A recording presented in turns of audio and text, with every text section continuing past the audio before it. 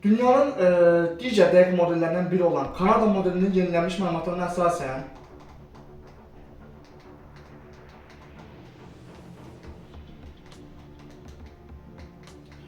noyabr ayının 18-dən başlayaraq 24-ü axşama və 25 günün birinci yarısına qədər olan müddət ərzində Qafqaz regionunda atmosfer təzyiqində gün-gündən yüksəlmə gözlənilir. Lakin artıq noyabr ayının 24-ü artıq Qara dənizin şimalından və Şərqi Avropa ərazisindən intensiv xarakterli siklon sisteminin keçməsi gözlənilir. Bu Kanada modelinin yenilənmiş məlumatlarıdır. Artıq bu sistemin bir qolunun da Türkiyə arasında daxil olması ehtimalı var.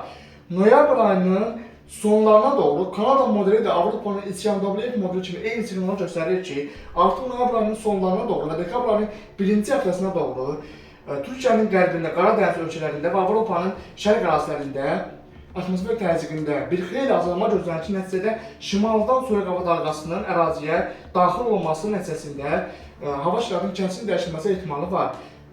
Kanada modeli noyabr ayının 25-də Qafqazın şimalından lokal xarakterli, lakin intensiv siklon sisteminin keçməsini bu siqnalı verir, yəni keçməsi mesajını göstərir.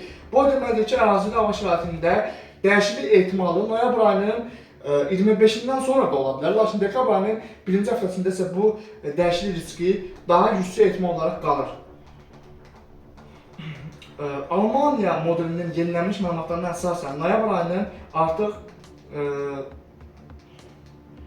25-dən sonra noyabr ayının 25-dən sonra Qara dəniz ölkələrində atmosfer təzyiqinin bugünkü gündən müqayisədə artıq Qara dənizin şimalında, şimal-qərbində və Avropanın şərqində atmosfer təzyiqinin noyabr ayının artıq 21-də bir xeyli azalması gözlənilir. Lakin Qafqaz regionunda isə atmosfer təzyiqində yüksəlmə davam edəcək.